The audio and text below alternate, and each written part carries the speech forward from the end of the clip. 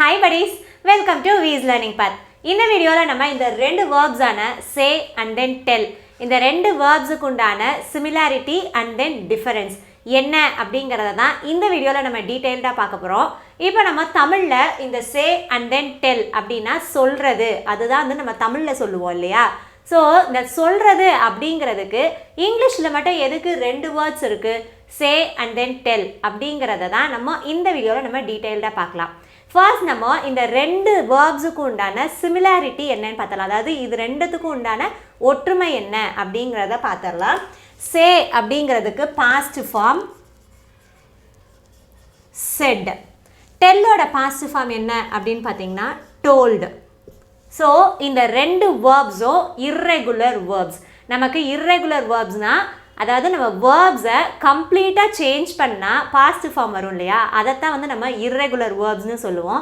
அதுவே regular verbs அப்படினா main verb-ஓட do அல்லது edோ நம்ம சேர்த்தோம் அப்படினா அந்த verbs எல்லாத்தையும் நம்ம regular verbs அப்படினு சொல்லுவோம். சோ இந்த say and then tell-க்கு உண்டான similarity என்ன அப்படினு பாத்தீங்கன்னா இது ரெண்டுமே irregular verbs. ஏனா sayங்கிறது said-ஆ நம்ம சேஞ்ச் பண்ணிருக்கோம். tell told-ஆ நம்ம சேஞ்ச் பண்ணிருக்கோம். சோ இதுதான் வந்து இந்த ரெண்டு verbs-ஓட similarity. இப்போ நம்ம இதோட difference என்ன இந்த said and then told எந்த மாதிரி இடத்துல நம்ம யூஸ் பண்ணனும் அப்படிங்கறத பார்க்கலாம் வாங்க. First என்ன அப்படி பாத்தீங்கன்னா said அப்படினா you say something அதுதான் வந்து say. Okay. அதுவே tell அப்படினா you tell someone something. So இதுல இருந்து நமக்கு என்ன புரியுது அப்படினா say அப்படிங்கிறது you say something. இப்போ நம்ம ஒரு சென்டென்ஸ்ல sayோ இல்ல saidோ நம்ம யூஸ் பண்ணோம் அப்படினா அதுக்கு அப்புறமா ஆப்ஜெக்ட் பொசிஷன் வந்து தேவை கிடையாது. சப்ஜெக்ட் மட்டும் சொன்னா போதும். For example he said that he had passed the exam. like that அந்த சென்டென்ஸ்ல ஒரு ஆப்ஜெக்ட் வந்து இருக்கணும் அப்படிங்கறது அவசியம் கிடையாது. அதுவே நம்ம tell யூஸ் பண்ணோம் அப்படினா you tell someone something. இப்போ நீங்க ஒரு சென்டென்ஸ்ல tell யூஸ் பண்ணீங்க அப்படினா கண்டிப்பா ஆப்ஜெக்ட் பொசிஷன் அதாவது ஆப்ஜெக்ட் வந்து கண்டிப்பா தேவை. அது ஒரு ப்ரோனவுனா இருக்கலாம் இல்ல நவுனா இருக்கலாம். ஆனா அந்த சென்டென்ஸ்ல கண்டிப்பா ஒரு ஆப்ஜெக்ட் கண்டிப்பா வேணும். நீங்க ஆப்ஜெக்ட் இல்லாம tell யூஸ் பண்ணீங்க அப்படினா அந்த சென்டென்ஸ் வந்து ஒரு இன்கரெக்ட் சென்டென்ஸ். இப்போ நம்ம இந்த டிஃபரன்ஸ்க்கு ஒரு எக்ஸாம்பிள் ஒன்னு நம்ம பார்த்தறலாம் வாங்க. இப்போ நான் ஒரு क्वेश्चन கேக்குறேன். Okay. What did he say? நம்ம அப்படி கேட்டோம் அப்படினா இப்போ நம்ம say யூஸ் பண்ணியிருக்கிறதுனால இதுக்கு அப்புறமா ஆப்ஜெக்ட் அதாவது யார்கிட்ட கேட்டாங்க அப்படிங்கறத நம்ம மென்ஷன் பண்ணனும்ங்கறது அவசியம் கிடையாது. ஓகே. இப்போ இதுக்கு நம்ம ஆன்சர் என்னவா இருக்கும்? He said that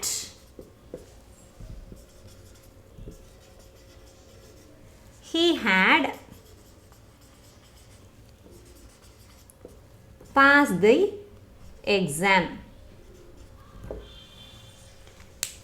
இதுவே tell யூஸ் பண்ணி நம்ம ஒரு क्वेश्चन கேட்டோம் அப்படினா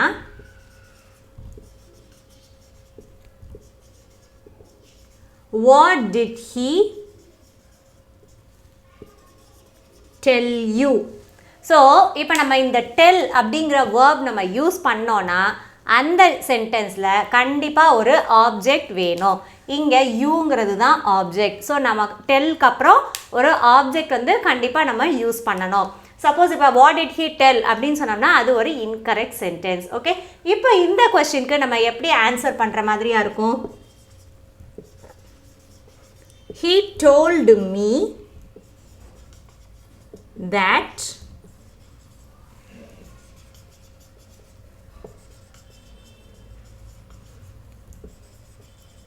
he had passed the exam.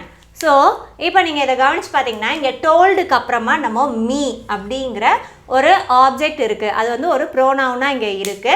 So இங்க நம்ம told யூஸ் பண்ணோம் அப்படினா அதுக்கு அப்புறமா கண்டிப்பா நம்ம ஒரு pronoun நம்ம யூஸ் பண்ணனும். ஓகே. செட் நம்ம யூஸ் பண்ணோன்னா அந்த சென்டென்ஸுக்கு ஆப்ஜெக்ட் தேவை கிடையாது. டோல்டு நம்ம யூஸ் பண்ணோன்னா அந்த சென்டென்ஸுக்கு ஆப்ஜெக்ட் கண்டிப்பாக வேணும். இதுதான் வந்து நம்ம மோஸ்ட்லி நம்ம நிறைய பேர் வந்து காமனாக மிஸ்டேக் பண்ணுறது என்ன அப்படிங்கிறதையும் இப்போ நம்ம பார்த்துடலாம்.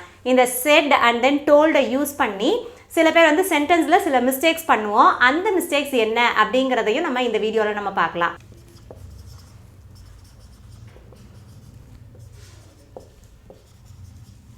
இப்போ நம்ம இங்கே செட் யூஸ் பண்ணியிருக்கோம். ஆனால் நம்ம வந்து இங்கே ஏன் வந்து மீ போட்டிருக்கோம் அப்படின்னா நம்ம இங்கே செட் டு அப்படின்னு நம்ம சொல்லியிருக்கோம். ஸோ இங்கே டூங்கிற ப்ரப்போசிஷன் வந்ததுனால நம்ம இங்கே ஒரு ஆப்ஜெக்டில் நம்ம வந்து ஒரு ப்ரோனவுன் வந்து போட்டுக்கலாம். ஓகேவா? அதே மாதிரி இந்த சென்டென்ஸையே நம்ம வந்து ஒரு இன்டைரக்ட் ஸ்பீச், அதாவது இது வந்து டைரக்ட் ஸ்பீச்சாக இருக்கும்.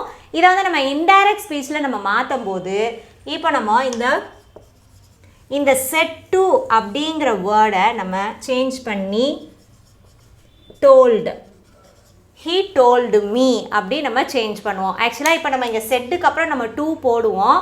இப்போ அதுவே நம்ம டோல்டுக்கு அப்புறம் ஹீ டோல்டு டு மீ அப்படின்னு நம்ம சொன்னோம் அப்படின்னா அது வந்து ரொம்பவுமே தப்பு. நீங்கள் வந்து அந்த மாதிரி யூஸ் பண்ணக்கூடாது. ஹீ டோல்டுக்கு அப்புறமா டூ போடக்கூடாது. இந்த set to is equal to தான் டோல்டு. இந்த செட் டுவை நம்ம ரிமூவ் பண்ணிவிட்டு அதுக்கு பதிலாக தான் நம்ம இந்த டோல்டு அப்படிங்கிற வேர்ப் வந்து நம்ம கண்டிப்பாக யூஸ் பண்ணணும். அதே மாதிரி இங்கேயும் ஹீக்கு அப்புறமா நம்ம ஹீ செட் மீ அப்படின்னு சொன்னாலும் அது வந்து தப்பு.